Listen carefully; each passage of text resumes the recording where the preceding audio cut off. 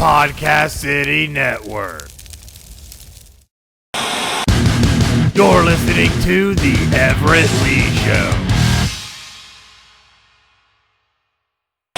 Welcome, everyone, to The Everett Lee Show. I'm the Everett Lee. Welcome to the 200th episode of The Everett Lee Show. My guest on the program today, I had to go back. I had to go back to my roots because my guest today is the man responsible for the motivation and drive. Is the reason why I am right here today. And I figured, you know what? Let's get him on the 200th episode. It's been a while since I had him on, a very long time. I'm going to welcome to the program today independent film director, producer of films such as Infliction, Disorder. Please welcome to the program, Jack Thomas Smith. How you doing, Jack? I'm doing great, Everett. Thank you. I had no clue, man, that you felt that way about me. That's very cool. Well, I mentioned it in the past before because at that time, you got in contact with me at a very, very particular time in my life there because 2014, I was just starting out doing podcasting, and it was the route I wanted to take. And then after a while doing podcasting, I just felt it just started to slip for me because I had a co-host, my nephew. His work schedule changed, and then he ended up not being able to do it much. So I was sitting there doing it by myself, and I was just about to say, I give up, I'm done with it. Then you contact me out of the blue after I followed you on Twitter and you followed me. You said, hey, I want to do an interview. So I said to my wife, I said, he wants to do an interview with me. What do I do? And she's like, do your research. Do the research. Find out about your guest. Okay. Yeah. So I dug in, and at that time you were promoting Infliction, which that was in 2014. Correct. When the film came out. And so I did the research and everything, got you on and talked to you, and I loved it because just you talking about the trials of ups and downs with trying to get that film out, it kind of motivated me. It's like, well, you know what? If he could go through it and get a film out and just and just with the passion and everything that you have for filmmaking, I could continue doing this. So I went ahead and I continued on, and here I am now after all these years. Dude, that is awesome. That is awesome. Well, I'm really happy for you, man. I can't believe 200 episodes. That is awesome. Me neither. I'm still shocked in it. I went this far along because just interviewing a lot of people along the way and developing some really good relationships. And I know in the last few years, it's just we've talked here and there and stuff, but nothing really getting you on the show because it's just as soon as things start rolling with this and start to really pick it up, I'm getting hit all over the place. It's like, hey, I want to come on your show. Hey, I want to come on your show. And everybody from independent film directors as yourself to the independent pro wrestling world. Oh, that's awesome. Yeah. Good for you. Yeah, I wouldn't trade anything in the world of it because it's been a fantastic ride, and it's just going to keep getting better and better because more opportunities have opened up, which I don't know what to say. That's great, man. No, that's awesome. You know, and you got to follow what drives you, you know? I mean, it's that simple, man. If you love doing it, just do it, you know? I mean, look, I get it. You know, you got to pay the bills, you got to survive, you got family, you got responsibilities and all that. But if this is something that you can also do along with life, why not? You know, that's awesome. Mm-hmm. Yeah, it is. I enjoy everything with it because I met some great people along the way and developed some really good relationships, which I love talking every once in a while. He's sending DMs saying, hey, how's it going? And sometimes you get caught up in your own thing, and it's kind of hard to get back and connect with those people, though. But when you do and they hear from you, they love it, man. Yeah, absolutely. And, you know, as time goes on, you know, people have different projects they're doing or different ventures or whatever. So it's always good to, you know, keep that going, keep that pipeline going. Yeah, it's definitely good to keep that pipeline going. And Yeah, it's been a while since I since I last talked to you, because when I first started out with Everett's Hangout, that was in 2014 there, and I had you on a couple times. Yeah, and we had some really great discussions, and just what you've done in the independent film community and just the films that you made. I go back to them. I actually went back and I was looking at the movies that you did in 2006. The movie Disorder was Darren Kendrick, man. yeah. That's crazy film. Yeah, that was such a crazy film there. And people who's not aware of the film, and can you explain just a little bit about that film there? Oh, sure. Disorder is it's a psychological thriller. The main character is a paranoid schizophrenic, and the whole film is told from his perspective. So you don't know what's real, what isn't. And then right when you think you have it all figured out, there's like a whole twist ending to it. So, and right now, Disorder is available. I mean, it's available on Amazon Prime. It's on Tubi. I mean, you can get it all over the place. Vudu, Vudu.com. So, anyone wants to rent it, they can go to Roku and just type in Disorder, and they'll be able to find it. Yeah, it's an amazing film because it has that twist to it, and Darren Kendrick does such a fantastic job in the movie. He's great. He is. He's went on to some great stuff after doing Disorder. He had that small part in Thor, which I thought was amazing, man. Yeah, that's right. He was in Thor. He was in what was it? Land of the Lost, I guess, with Will Ferrell. So he was on the show Heroes. I mean, he's always working. I mean, he's done great things. I even had him in my film Infliction, which was cool. Yeah. So yeah, he's a good guy, man. Yeah, he's great, man. Because I actually got to talk to him there because you helped set that up there, and that was a great conversation. I believe I still have it on the hard drive after all these years. Cool. Got to go back and look at it and listen to it again, but. I remember just talking about that part there. He had Thor where he played the frost giant. He had that one line. Yeah, but he basically was a prototype. I mean, he, I guess he did all the CGI. They put him on a green screen, in front of a green screen on wires. They had him flying all around, and he was pretty much the prototype for the ice monster. So that's pretty cool. Mm-hmm.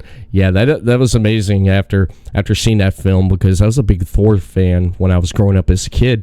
And, yeah. And when Thor came to the big screen, I told my wife, I said, we're going to go see it. And I still one of my favorite comic book movies of all time. Oh, yeah, absolutely. Yeah, it's just amazing there. And with him having that small part in Infliction, that was amazing there, just having him in that small role there. But it was Infliction, that right there is interesting how you came about that movie there too, because it was based off of a true event that happened in 2011, correct? It actually wasn't. That was just a marketing gimmick we came up with. So... Yeah, so we marketed it as, this is, you're seeing the real actual footage and everything, but it really wasn't. It was just a marketing gimmick. So basically, what Infliction was, I always described it as assembled footage instead of found footage. So it was basically an assembled footage film that documented a murder spree committed by two brothers in North Carolina. And you ultimately find out what was behind it. And by the end of the film, you're asking yourself, okay, who are the good guys here and who are the bad guys? Right. So anyway, so that was kind of our they did that with Texas Chainsaw Massacre back in the day. They said based on a true story, and it wasn't, Yeah.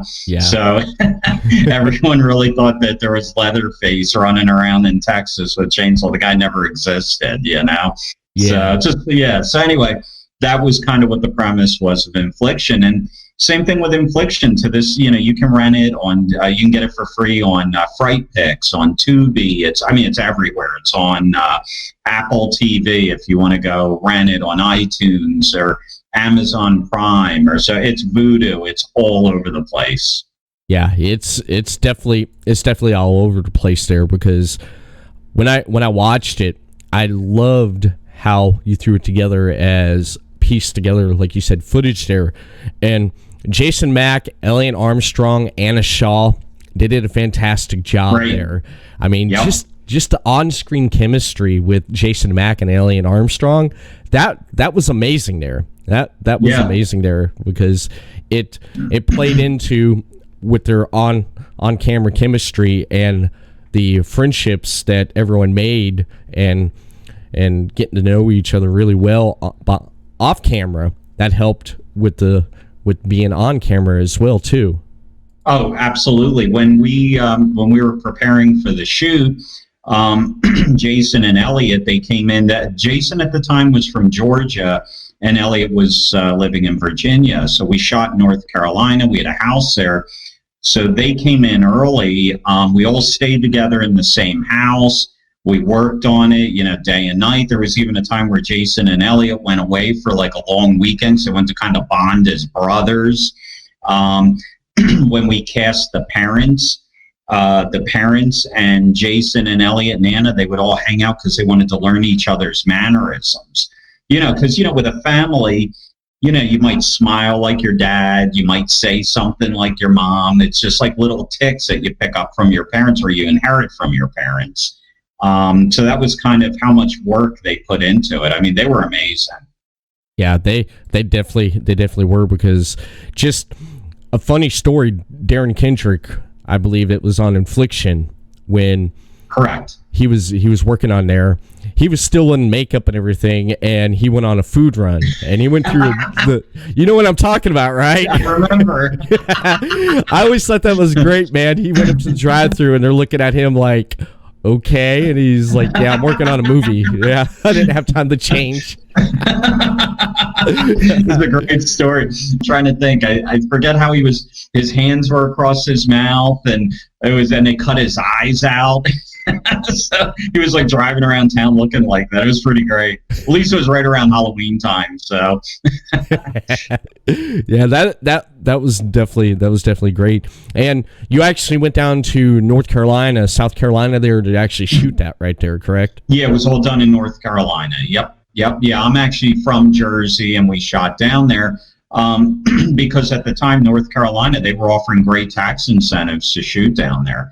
So essentially, every penny we spent down there, on local crew, local expenses, they offered a 25% tax refund, the state did, as an incentive to shoot there. So it was great. It worked out fantastic. I had a great crew, great cast. I mean, it was just an amazing experience down there, and the state was great. Mm-hmm. Yeah, that's amazing that they allowed that to happen there, and they helped you out with that, giving you the tax break and the tax cut and stuff. And a lot of states have started doing that, especially in Georgia, where they're the big one now. Yeah. Mm-hmm. Yeah, Walking Dead is there, Stranger Things is there, so they're huge. So I mean, right now with COVID, I'm waiting for the world to reopen. So production is literally just ground to a halt. I mean, nothing is being done right now. So, hopefully sooner rather than later, things will get back going. But I believe Georgia is one of the states now that's opening, they're starting to open up. So that might help shows like Walking Dead and Stranger Things get back to production sooner than other areas.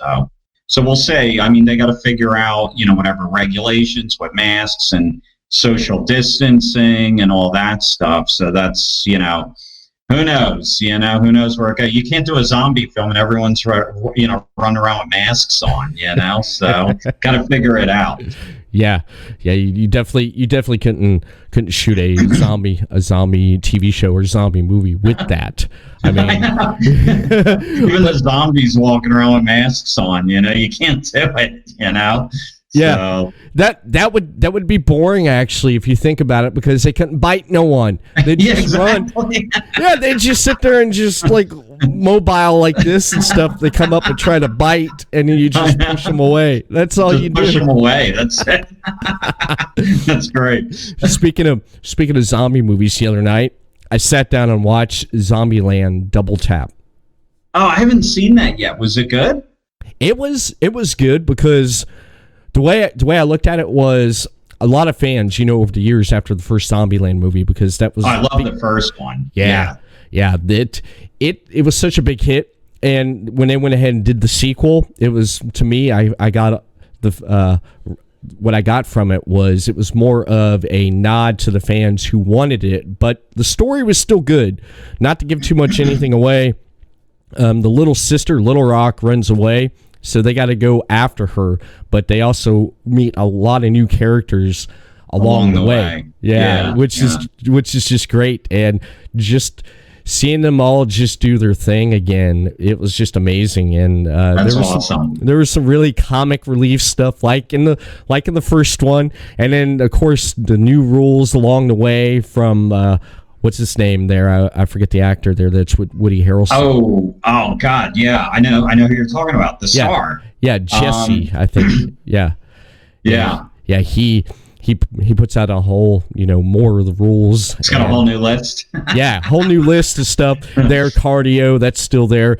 But not to give too much away, one part he runs into someone who has about the same list of survival as him. Oh, really? Okay. Yeah, and they're going back and forth, and everyone's sitting there watching, like, what the heck? It's like these guys are almost alike. It's like Jesse would call it one thing, and then, or we'll say Columbus calls it one thing, and then the other guy calls it another thing, but it's the same thing. They're like, oh yeah, Rule 84 this, Rule 63 that. It's just great chemistry. But I enjoyed it. And Bill Murray, he does make an appearance, but get out of here. Yeah. But I like how they fit him back into this one. So cool. You got to watch it. You got to watch it there. Away, man. I'm not going to spoil it. I'm definitely not going to spoil it there. But speaking of zombies, do you still keep up with Walking Dead? You still watch it? Oh, yeah, we watch it. Yeah. How about you? You still watch it? I over the years, I kind of fell off. The last time I watched it was when they introduced Negan. And I followed the comics. I read the comics, but after the first few episodes after you introduced Negan, I just kind of got away from it. But a lot of people did. Yep. It's a shame. The show, that was like one of my all-time favorite shows. It's one of those, dude, I'm going to probably watch it just to the very end because I'm so, you love the characters and all that, but it is nothing like what it used to be. I mean, not even close, and it's a shame. It's a shame. I don't, it stinks that Rick left and now Michonne left and, but yeah, everyone, I honestly, I didn't like when they introduced the Kingdom. I didn't like it. I didn't like the tiger. It's one of those, I know it's in the comic, but it just, what made that show so great was that it was a zombie apocalypse, but it felt real. It felt like you had real people in this unreal situation. Right. And then, the whole thing with the Kingdom and Ezekiel and the tiger, it just kind of, it's like, okay, so the tiger knew every time to kill the saviors and not any of the good people. The tiger could just differentiate who the good guys and the bad guys were. It's just, I don't know. It just felt that to me was when it kind of started to jump the shark a little bit, Yeah. With that being said, though, if you get a chance, the season with the Whispers was pretty cool. It was. I really like the storyline with the Whispers, but it's nowhere near as good as it used to be, though, man. The days with Shane and the governor and Terminus, that was awesome, know. So what are you gonna do, Yeah, season 5. I'd have to say season 5 at the beginning of season 5 with the Terminus and that was awesome. Yeah, that was awesome. And just that opening episode, Carol just being badass, man. That's one of my favorite moments there. And of course, another one of my favorite moments when the governor got killed. Oh yeah. Yeah, that was a great episode. Yeah, there were so many back then, man. With Lizzie and Mika, and that was a great story. And when Tyrese got killed, and there were just so many episodes that were so good. When honestly, I thought the storyline that was really cool was the pigs. When the pigs got sick, and everyone at the prison got sick.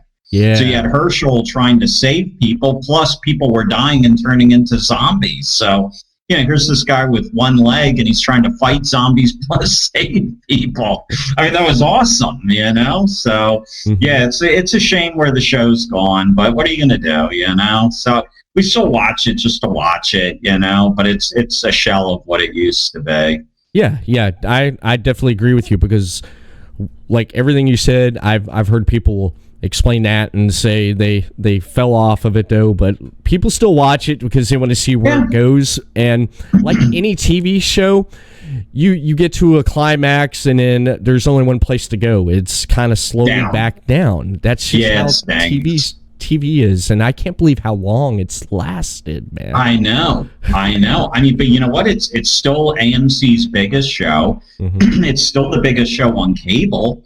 So, I mean, why get rid of it? Right. I mean, they're still when you factor in the real-time viewers and then the DVR viewers, they're still at like 10 million an episode, I believe. I could be wrong, but I mean, you figure, and then the second biggest show on cable is Talking Dead. So it's like, and Fear the Walking Dead. So, for AMC, it's like, if it ain't broke, why fix it? I mean, they're just going to let it run. I think AMC said they're going to keep it on for 20 years if they can, So yeah, I guess if they keep rotating in new characters that catch on, they're at a point now with the comics where they're almost caught up to the end of the comics. I think they've got maybe a season or two left before they're going to surpass the comics now. So yeah, because they're approaching the Commonwealth storyline now. It's pretty much they're at the point where Commonwealth is going to start next year. So so they might get 1 or 2 seasons out of that, and then it's going to be all original material.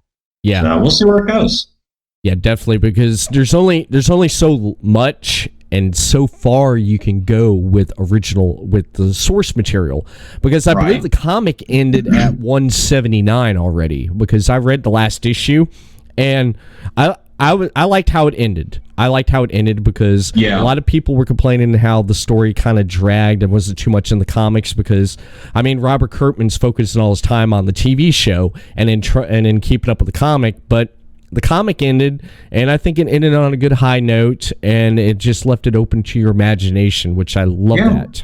Where they go. I thought it was great too, and the shame of it is that some bad decisions on the shows, or with the show's producers, you're not going to get that ending now in the show. I mean, you know where I'm going with that. I mean, they killed Carl.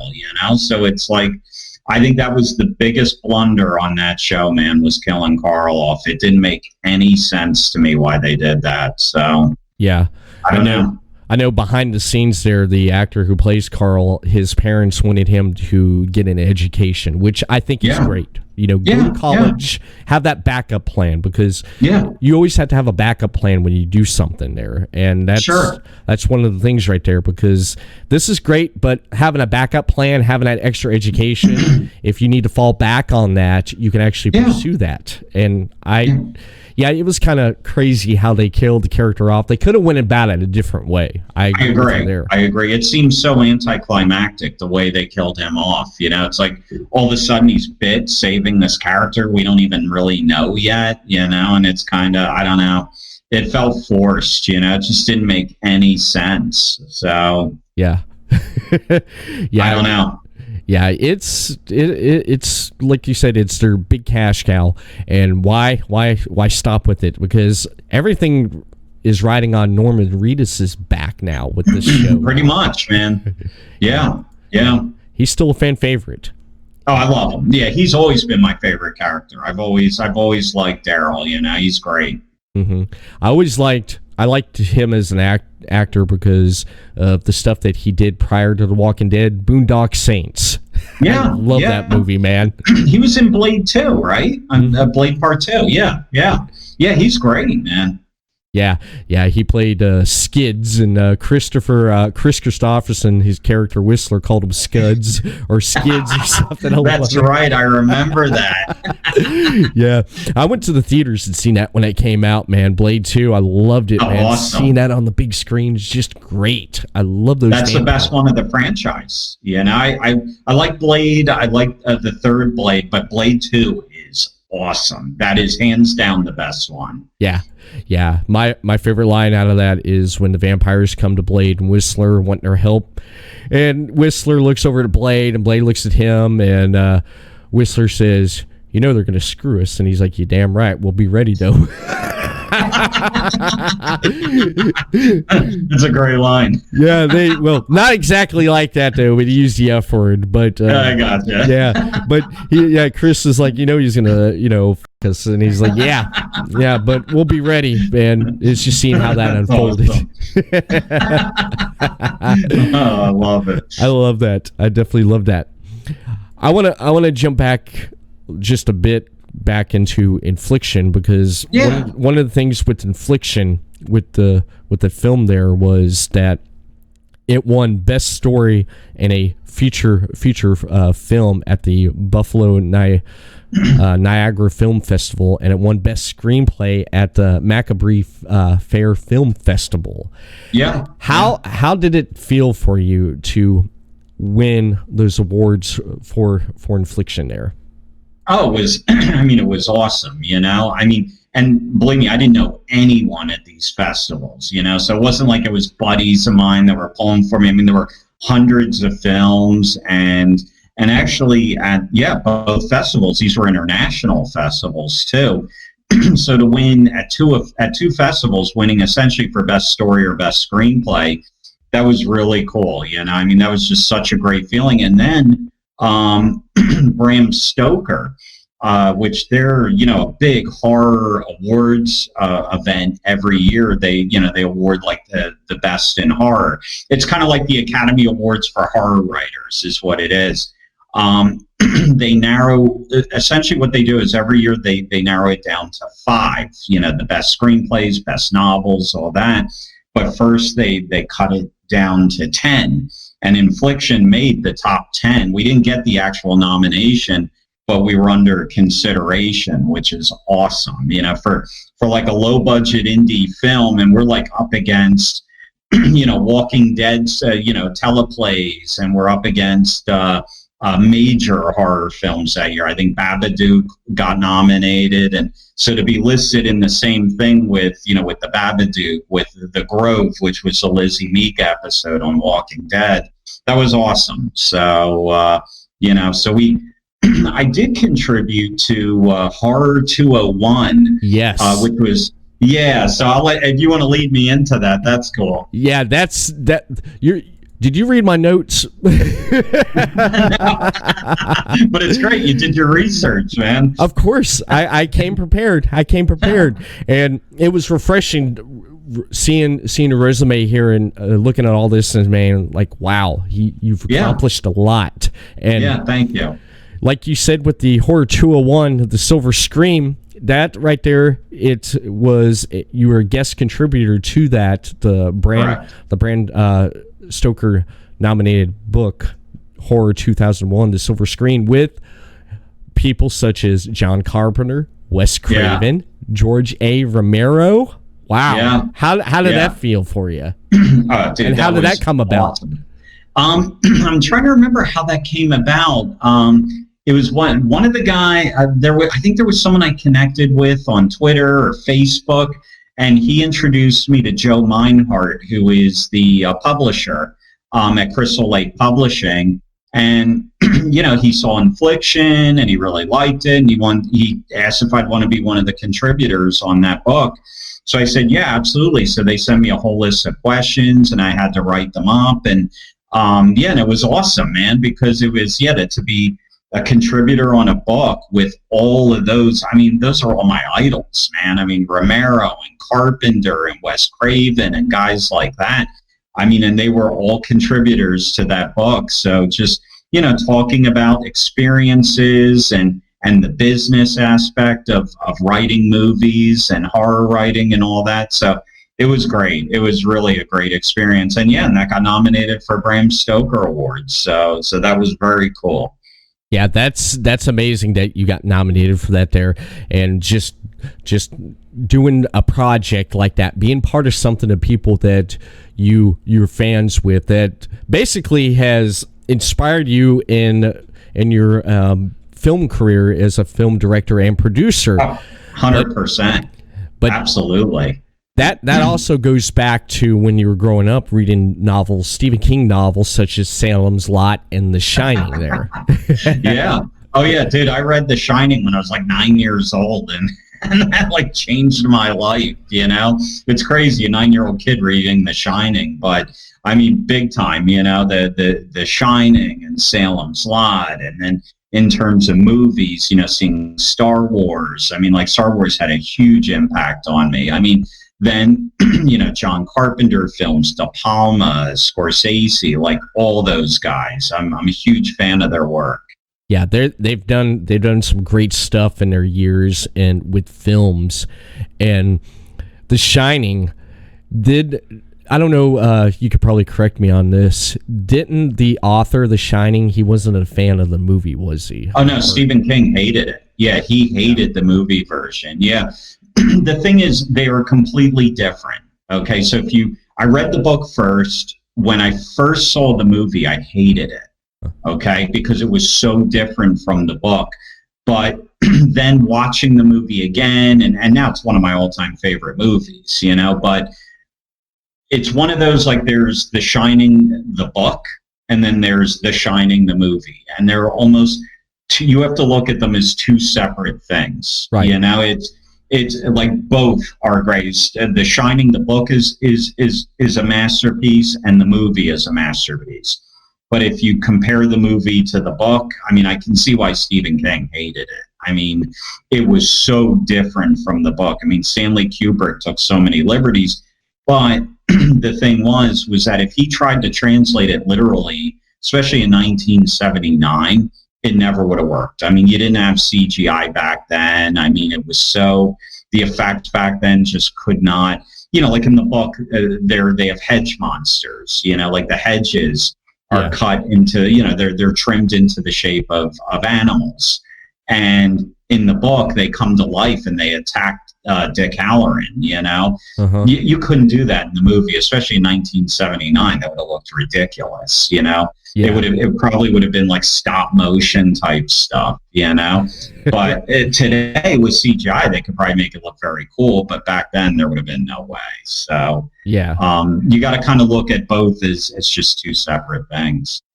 Yeah, I heard the book was totally different from the movie, and there's a lot of movies that are different from the books. For one example, Fight Club. I love the movie. I loved what David Fincher did. He's one of my favorite directors with the dark undertones that he uses in movies such as like Seven. Oh yeah, Seven is awesome. Yeah. And the girl with the dragon tattoo. Right. But if you read the book, it's different. There's a lot of elements that they took from the book, kept in the movie. But one thing that's different is how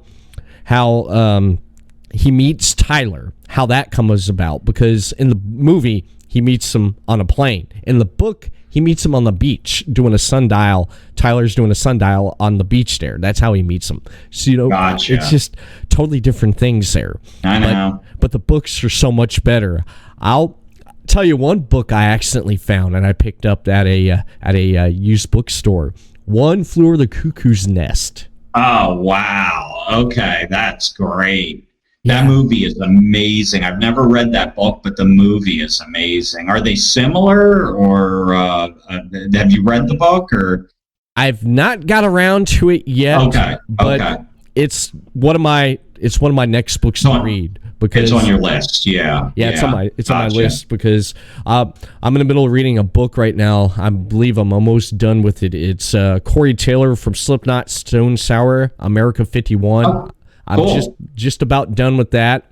That's the next book I'm going to read. But this book, it's like this thick, man. I gotcha. Yeah, I'm interested and so curious to dive into it to see how it is because I love the movie. Jack Nicholson, that was one of his first Oscars he won for that movie there. Yeah. You know? Yeah, he won Best Actor for that. Yeah. Yeah, that movie's incredible. I mean, that's one of the greatest movies ever made, you know?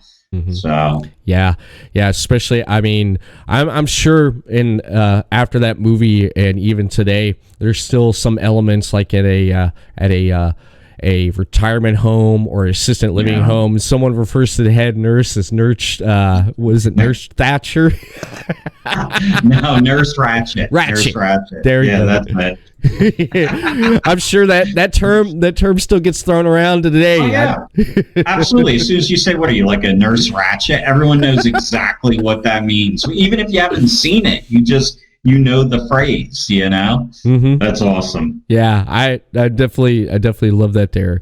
And just with you being a film director, you've also done other projects too. One of the things you've dived into doing in the past in your career was directing music videos, such as Purple Pam's song "Take Me Away," which appeared on the Disorder DVD, and you shot a music video for Danny Stradard's hardcore metal song "There's No In Between," and the James Kevin O'Connell ballad "Favorite Song," and you've done Purple Pam and the Flesh Eaters hard rock song "How Does It Feel," which does appear on the Infliction DVD. On Infliction, yeah. How does it feel? Does the same type of way you'd shoot a movie, independent movie, and shooting a music video, does that kind of parallel, or do you have to do things a little bit different there? No, I mean, it's still the same concept. I mean, you still have to come up with your concept.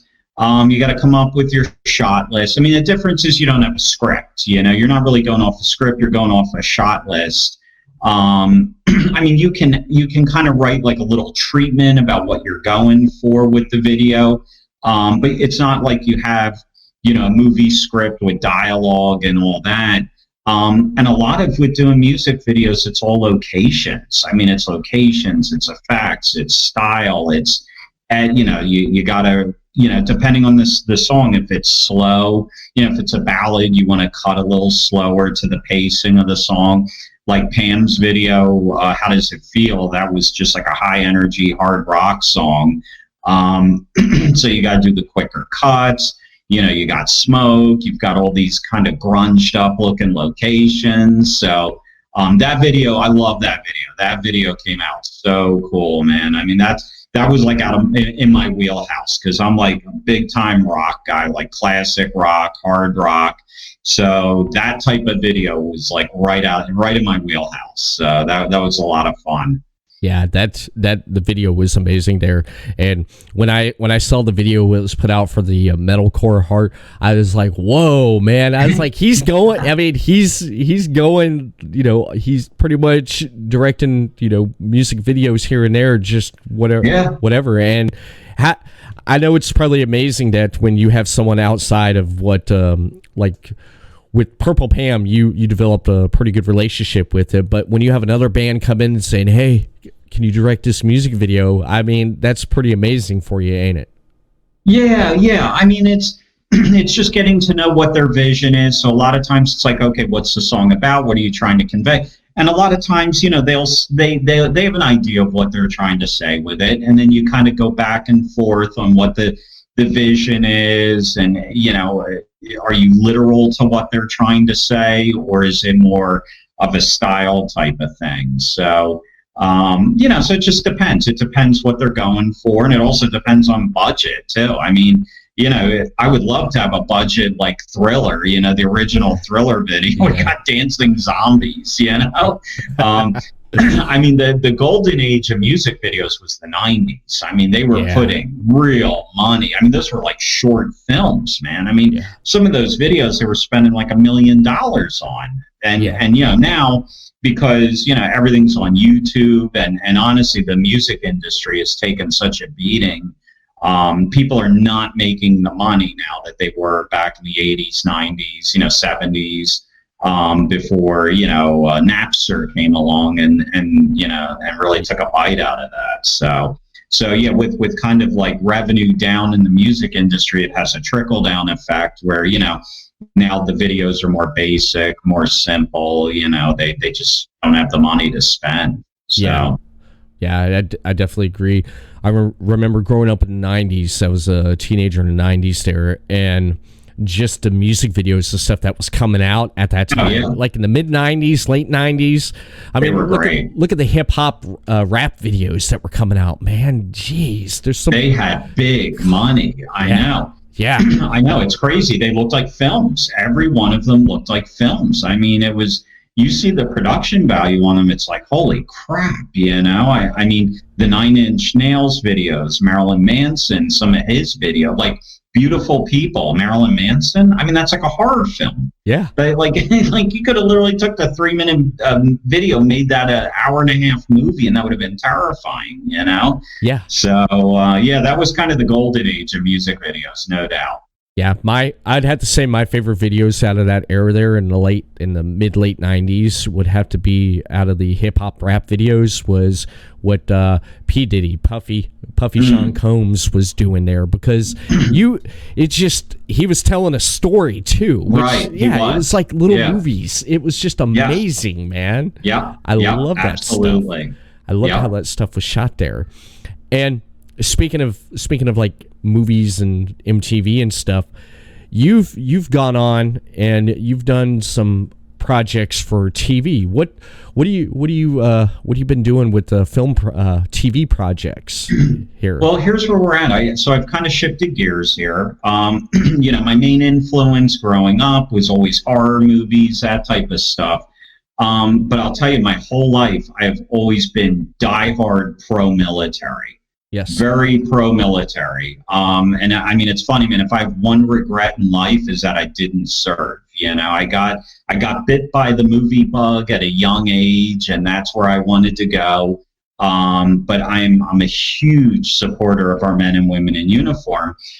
So a couple years back, I came up with the idea to do a TV series that tells the stories of our men and women in uniform, not just combat, but who they are as a person from birth to their teenage years, service, whatever happens beyond if they lost their lives in combat, that type of thing.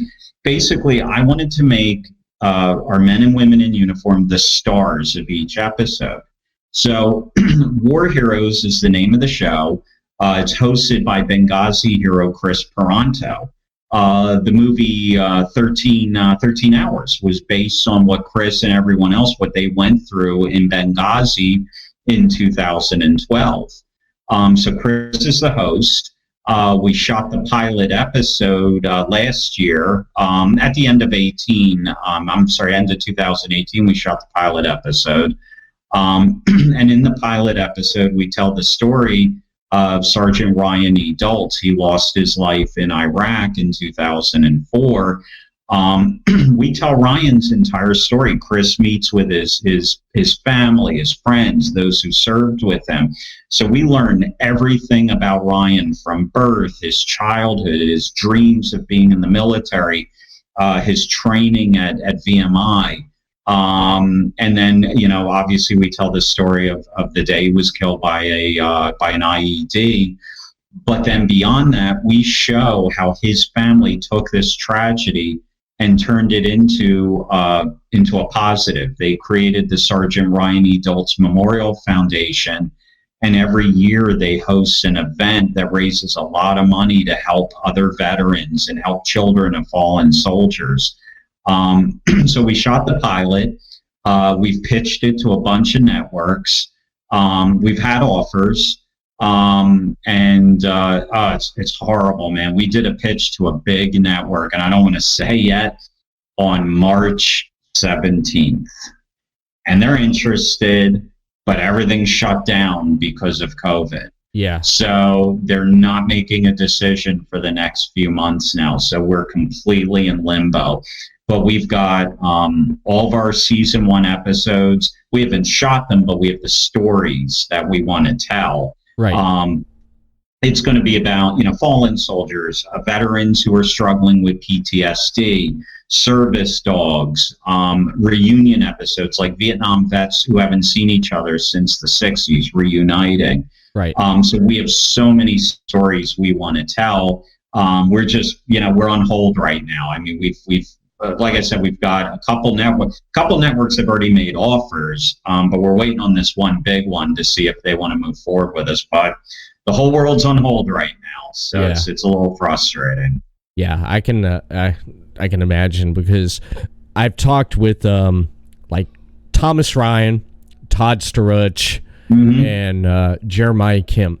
Pretty much, production's on hold. Everything's on hold right now, but things are starting to slowly open up. And when production starts rolling again for TV shows and film directors, it's going to be great, because things can get out there, content, and such as War Heroes, with the stories that need to be told. And I think it's great, because when I first seen you posting their stuff on War Heroes, I'm like, wow, this is different from what Jack Thomas Smith does, but I love it. I love it. Thank you. I love it, because these are stories that you're letting people tell stories, which is great. You're giving them, letting them tell their stories of what happened and how they got through and how they're doing with things. And my family, I've had uncles that served in Korea. I had uncles that served in Vietnam, and two of my uncles. My uncle that served in Korea, he passed away a few years ago, and then just 2 years ago, my one uncle who served in Nam, he passed away. And I remember driving, going up to Georgia then one day, driving up there, going to the service, and coming right back, because I didn't have time to take off. So it was just like up there, paid my respects, and then came right back in the same day. But I always liked going to see my uncle, because he actually lived right down the road from where they shot The Walking Dead. My aunt still lives there. Yeah, that's cool. That's cool. Yeah, but I love War Heroes, what you're doing there, and it's amazing that you've found getting into doing television shows, doing a show like that. And I hope the network that you pitched the idea to, I hope they pick it up, because they're gonna regret it if they pass, because the story, like The Walking Dead was pitched HBO, and HBO's like, nah, we don't want to do that. It passed. Look what happened. I know.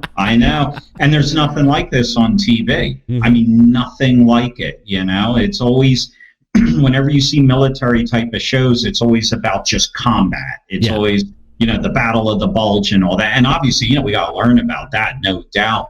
But there is nothing like this, where you are really focusing on the soldiers and who they are, and everything, just why did they want to join the military? What happened to them afterwards? That type of thing. So, there's nothing like it.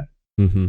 Yeah, it's amazing. And I hope and wish for the best, because I know network's going to pick it up. And if this network does, there's going to be another one that will, because you know, like in life, how many shut doors get shut on you until that one opens up? And it's par for the course. You're persistent, and you're not going to give up, and that's just one of the qualities I like about you. That you have that drive, and you're going to keep going and pushing, because when you're 100% to something, you're 100% into it, and you go with it. And absolutely, there's no other way to be, man. You got to swing for the fence every time. That's how I go. Yeah, I love that. I love that, because I've been told before, get this guest on, get that guest on. Well, what if they say no? And I had a friend one day say, you never know, not unless you ask. And that's right. And so that's right. What I've been going. I've had no's or maybes or stuff, but I mean, you got to ask. If you don't know, you don't know. That's it. I mean, you look at for every one film that you make or one show you do or whatever, there's like 100 slam doors. I mean, that's just part of the business. You're not just going to write one thing and go make it and be Steven Spielberg. It just doesn't happen that way. There's lots of rejection, and you just have to have a thick skin with this business. Yeah, you definitely do. You definitely have to have a thick skin. And I want to say congratulations, because you got a strong woman that stands behind you too, man.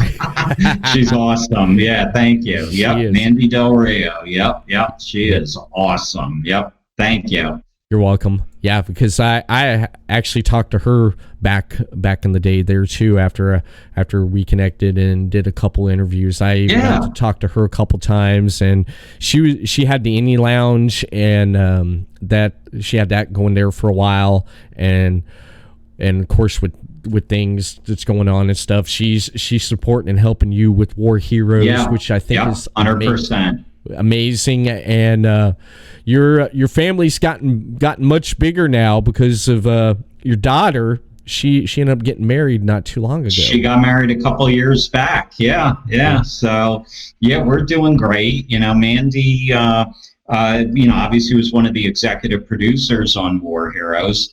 Her and I are engaged. We're going to be getting married soon. We don't have a date set yet, but it'll be probably in the next 6 months or so. I mean, everything, the whole world is shut down, man. It's like you can't do anything right now, But everyone's doing great. And my daughter, she was actually the one who found Cheryl Doltz for War Heroes.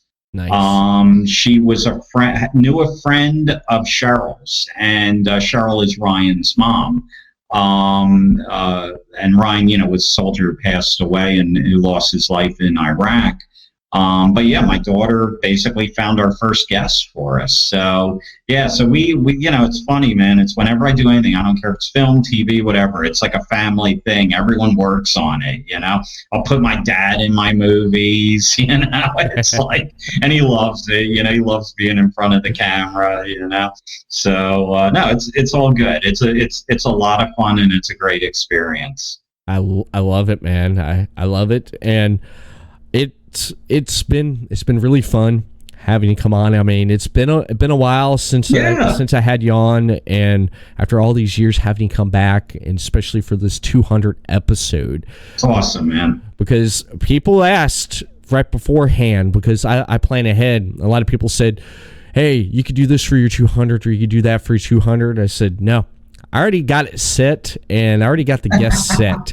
But thank you. Yeah, I was like, I gotta talk to Jack Thomas Smith, because we've not talked in years, and I got to get him on at least once on the Everett Lee Show, and we'll definitely have to do this again sometime. We definitely will. Oh yeah, I'll definitely keep you posted about War Heroes. I'm actually working on another project right now that once it becomes more solidified, I'll definitely keep you posted, man. I'll shoot you the press releases and, keep you in the loop on what I'm up to, man. I'd love to do this again. Yeah, it's been amazing. It has, and I do want to thank you for coming on here today. I know that I mentioned earlier I was running just a little bit behind because of my daughter, and I kind of pinched a nerve in my back a couple of days ago. Yeah, it had to do with my daughter, man.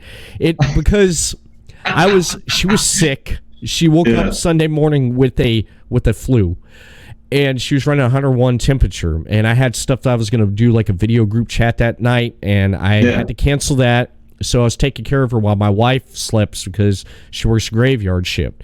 In the midst of everything, my daughter didn't want to let me go. She's 3 now, and she's adorable, man. She is absolutely beautiful. I'm so happy for you, man. I remember when you posted on Twitter, when you guys first had her. It's great. Yeah, she's a pistol, man. She looks like her mom now, more like her mom, but she does have a little bit of sway with her with my personality, but her personality came out that day, and I was holding her, and she kind of went to jump out of my arms, and I kind of like went my back, and I'm like, oh, that didn't feel good. And then I went in the bedroom there, because she left her blankie in there, and I went in there to grab it, and it was on the bed there, so I kind of popped up, and all of a sudden it felt like someone took a knife to my back. I'm like, oh shit. I'm sorry, man. I'm walking. I've had it happen. I know what you're going through. That's the worst, Yeah, it's just so unexpected there. I'm walking around like I'm 80 years old. I'm sitting in the chair.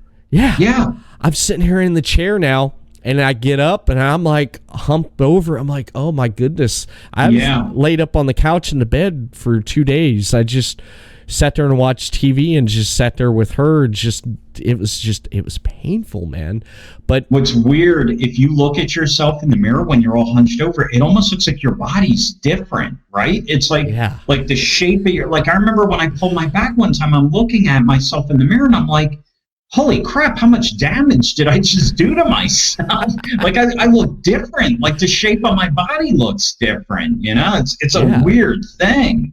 It is. And here we're just taking it easy the last couple of days and stuff. I woke up this morning. I'm like, damn, I feel a lot better than what I did. So I started moving around a little bit more. I did a little bit kind of stretches and it helped. Yeah. So I'm a little bit limber.